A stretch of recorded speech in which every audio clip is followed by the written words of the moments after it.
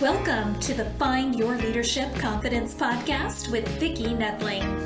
You are about to discover impactful lessons that help you grow as an individual, grow your confidence, and find the positive and good within you, so you powerfully and authentically become the best version of yourself. Be sure you visit our website at www.findyourleadershipconfidence.com.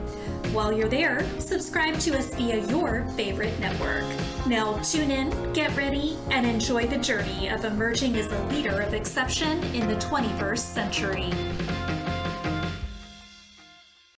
Welcome everyone to the Find Your Leadership Confidence podcast. I'm your host, Vicki Netling, coming to you from Roswell, Georgia.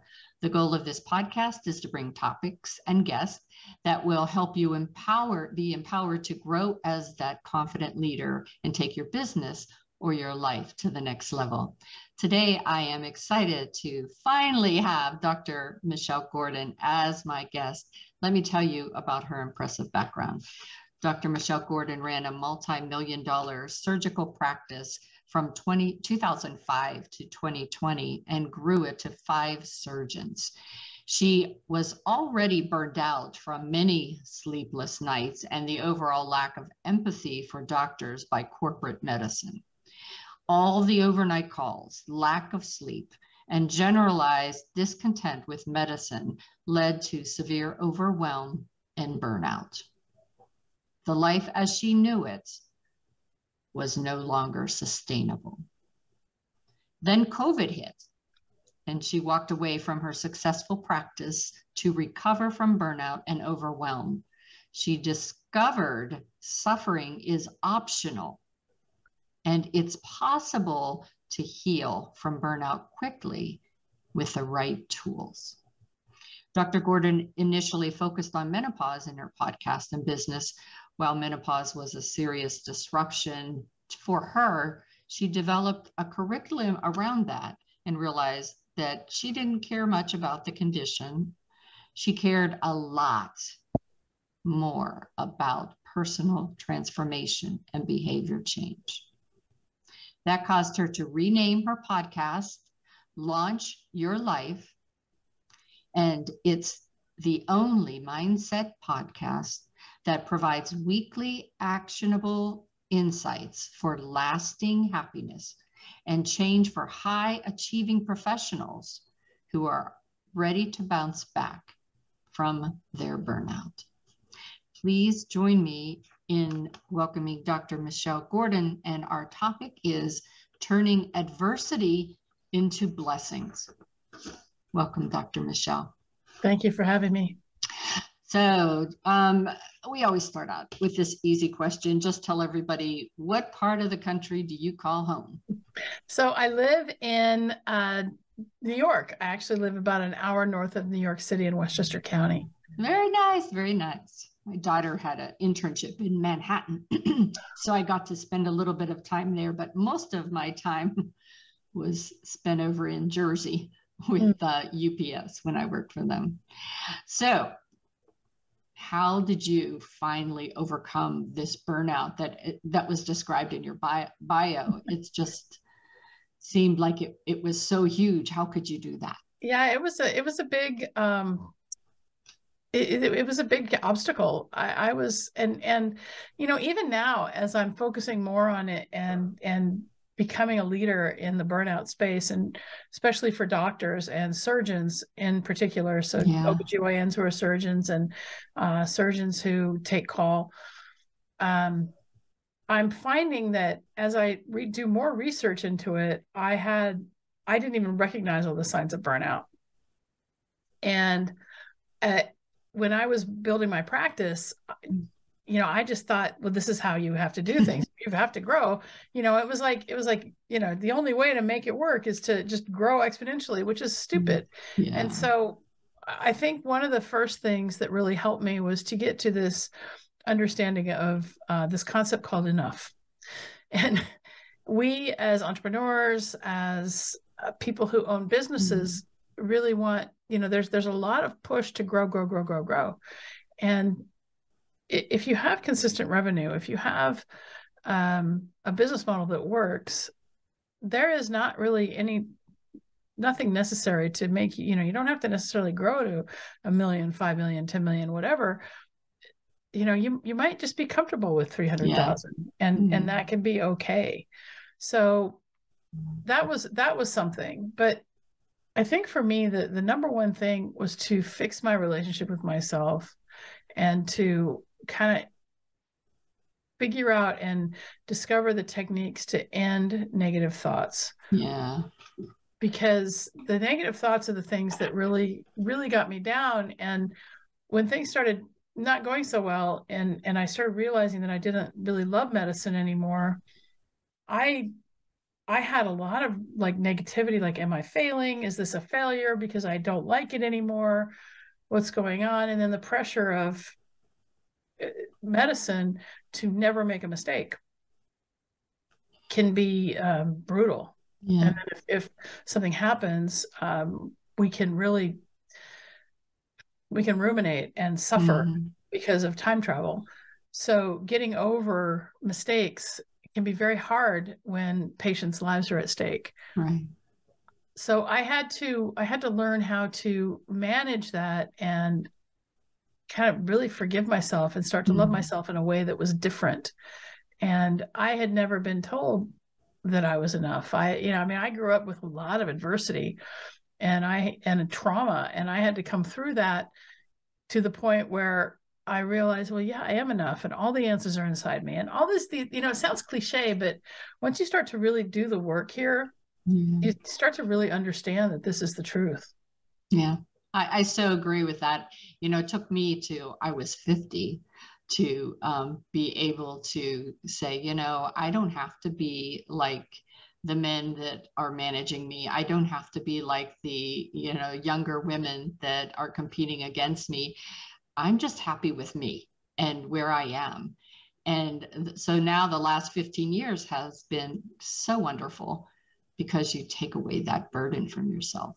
Yeah, and you double down on your quirks. I mean, if you want to blend in and look like everybody else, that's not so hard. But accepting the things that make you you and then doubling down on them and the uniqueness that you can provide for that's what makes a difference. Yeah. And being happy with where you are. I do like to push myself to outside my comfort zone, but I just look at it as development. But I don't spend too much time in my failures as I used to. I don't kind of sink in that withering of, oh my God. Yeah, there's this concept called the hindsight window that I learned from a guy by the name of Eric Edmeades. And when you think about something, things happen and things themselves are neutral. And when we start to assign meaning to things, that's when we begin to suffer. So XYZ happened. The sooner that you can get to the point where it's a good, like all the good things that are going to come from it, all of the gratitude that you can find, then you can end your suffering. It's hard. Like even just recently, I was telling you before we started recording that my son's been in the hospital for a while, and he went in the hospital on February 9th and didn't come out until March 8th.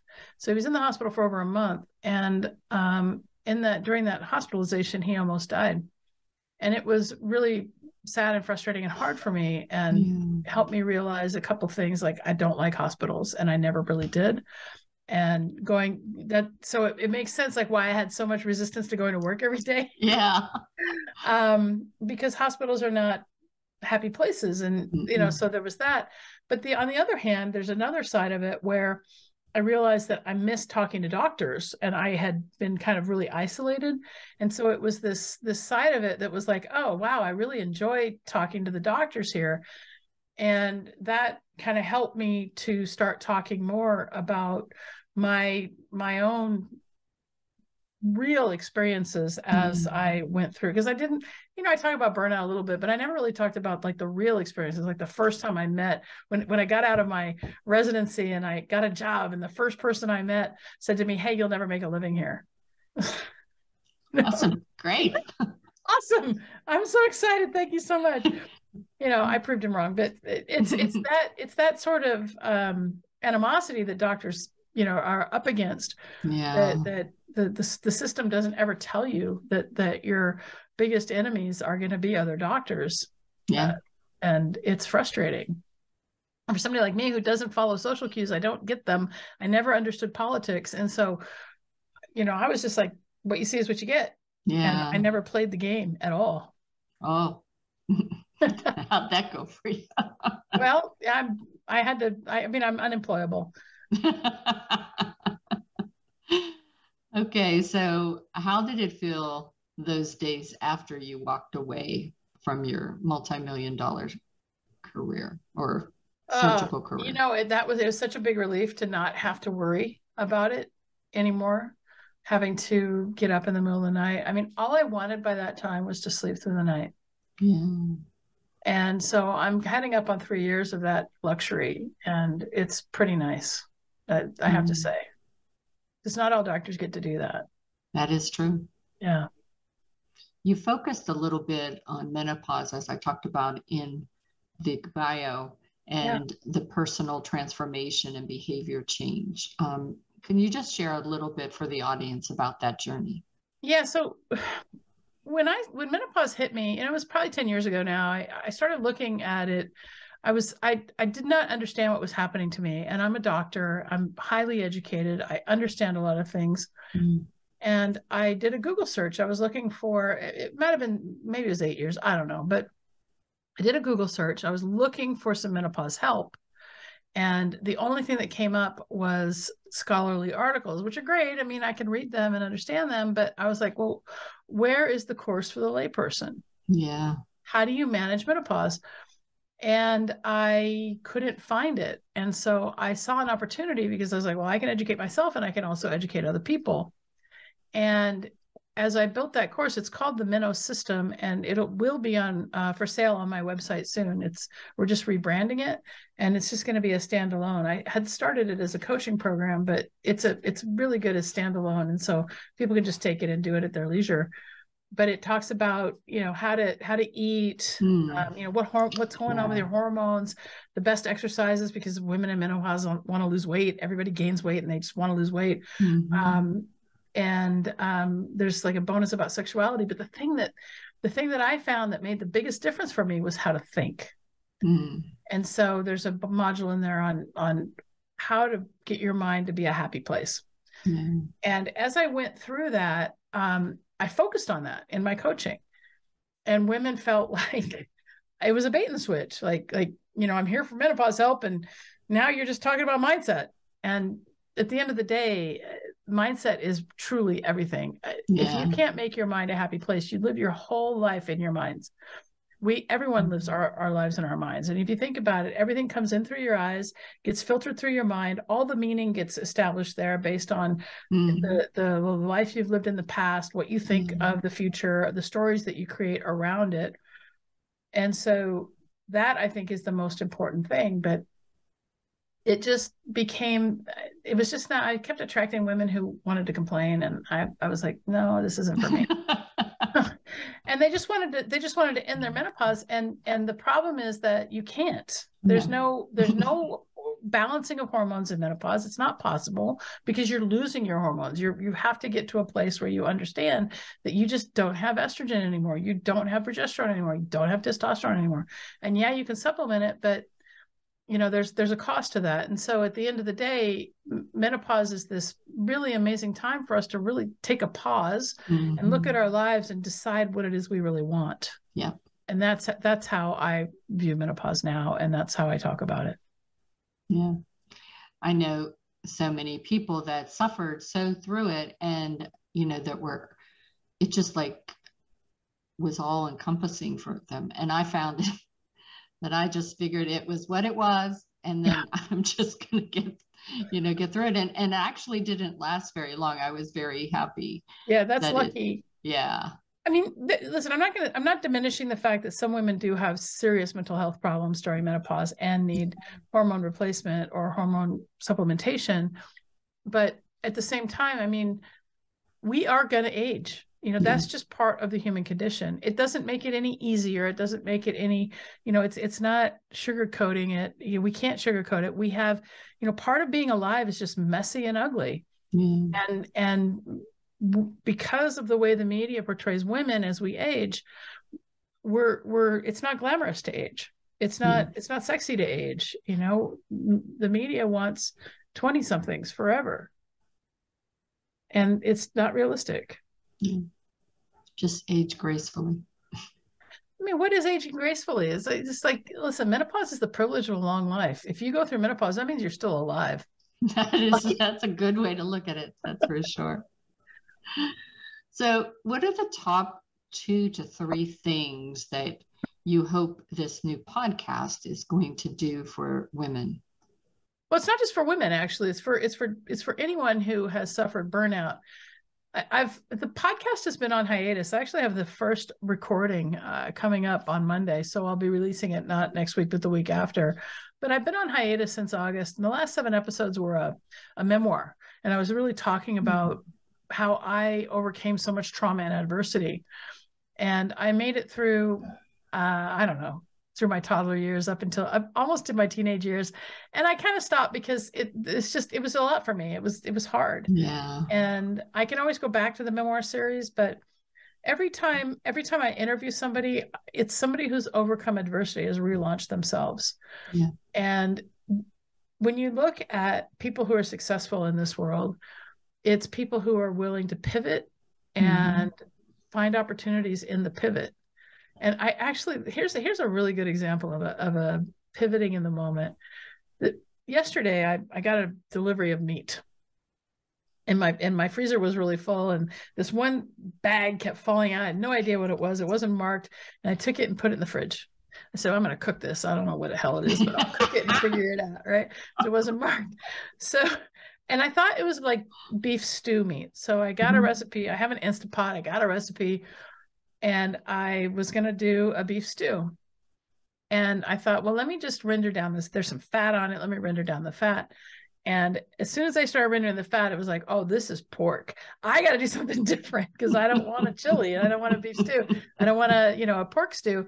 And I just immediately changed it to pernil. But that's an example of pivoting in the moment. Like when life throws you a curveball, are you going to sit and stew about, oh, woe was me, the curveball has come, or are you going to actually adjust your stance and take a swing?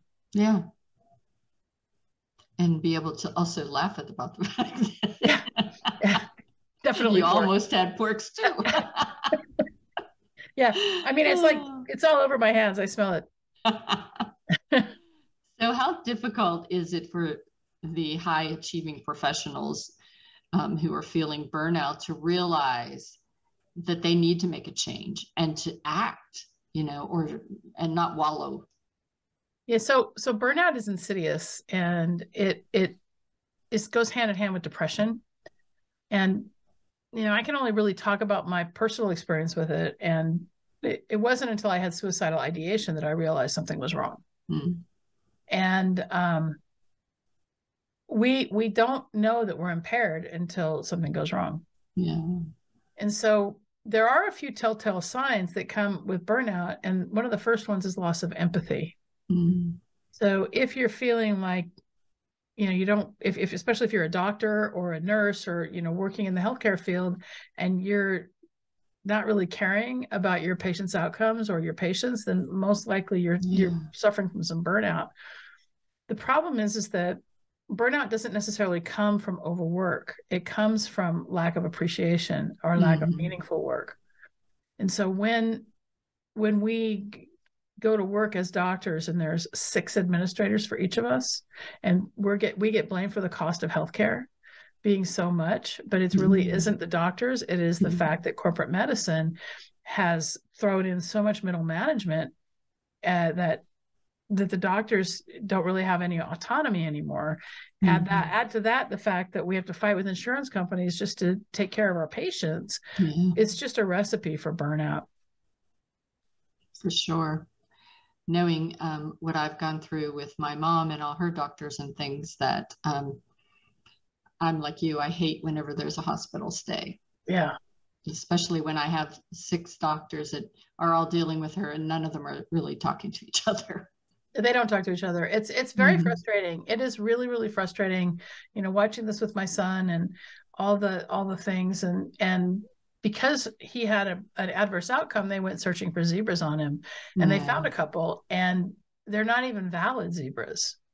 And so it's frustrating for me because, things happen. I mean, he had a bad outcome, but that doesn't mean that there's anything wrong with him. And that's the problem, is that because of the litigious nature of our society, if something happens that we don't really control, we try to blame the victim. Yeah. My mom, they're always saying, well, it's in her mind, that kind of thing. So we're getting close to the end. This has flown by. You have been so very interesting in everything that you're talking about, and something that all need to hear, especially these past 2 years. Yeah. But what do you wish you would have known that first day you got that first job? You walked in and what do you wish you would have known? When I went into my first job as a before you met that guy that was a jerk. Well, there's a couple things. Back then, I wish I would have known that I didn't have to participate with insurance companies. And because it's all a lie. It's just a lie. And I wish I had known how to navigate politics. Yeah.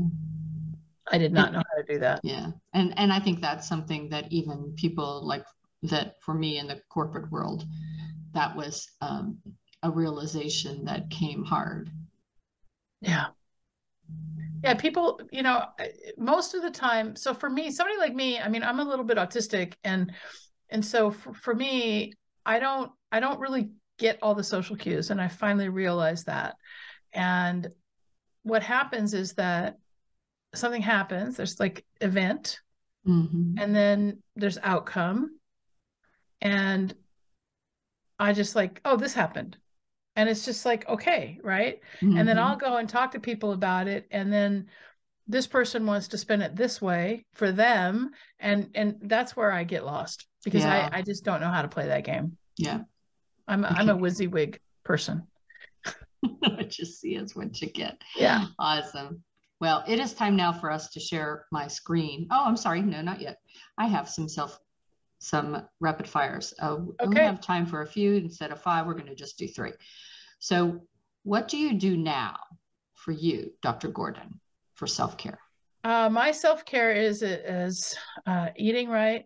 I actually have a scale, a 1 to 10 scale for 4 aspects of life that I measure every day. It's, did I eat well? Did I sleep well? Did I do exercise? Did I take care of my body? And did I have spirituality? Those are, so where am I on those, kind of out of 1 out of 10? It's been hard recently, because like when somebody you love is in the hospital, everything else kind of falls. Yeah, the eat well is really flies out the window when you're in hospital. So who do you think of as your ideal client that would most benefit from working with you? The people who work the best with me are people who know that they're exhausted, know that they're burned out, and want to change. And so what do you wish, now that your son is hopefully on the road to recovery? What do you wish to accomplish this year? This year I want to build out, I want to speak at like 3 medical conferences. Perfect. And I want to develop a curriculum for burnout that I can take to residencies. Oh, that's awesome. So that we can start teaching our medical, and maybe even medical schools, so that we can start teaching the people in medicine how to start to recognize burnout before it happens, so it stops being such an epidemic. You might want to really messed us up. You might also want to talk with teachers. Yeah, I mean, I'm more than willing to talk to teachers if they're willing to spend the money to come and work with me. Yeah. I have a family of teachers, and there is burnout big time. Yeah. Especially after the past 2 years. Yeah. Yeah. So COVID was a problem for all of us. It should, I look at it as a double-edged sword. I do think that there were blessings that came out of COVID. I think we all needed to slow down. Yep. And reevaluate and learn to appreciate life and the friends in our communities, because there's no guarantee. Yeah. All right, I'm going to share my screen now. So those of you that are just listening, if you would go grab that paper and pencil or pen so that I can give you Dr. Gordon's her website. They can email me too. Yeah. Fine. Dr. G at drmichellgordon.com. As you see, we have the website is drmichellgordon.com. Again, that's HTTP. Is there an S or no? Yes, there's an S. There is an S. I'll fix that. HTTPS www.drmichellgordon.com. Again, drmichellgordon.com. She's on Facebook at Dr. M. Gordon. Twitter is Michelle Gordon. LinkedIn. Michelle E. Gordon. I'm sorry, there is an E there, Michelle E. Gordon. And all of this will be available on my website as well as YouTube. So you can grab it from there as well.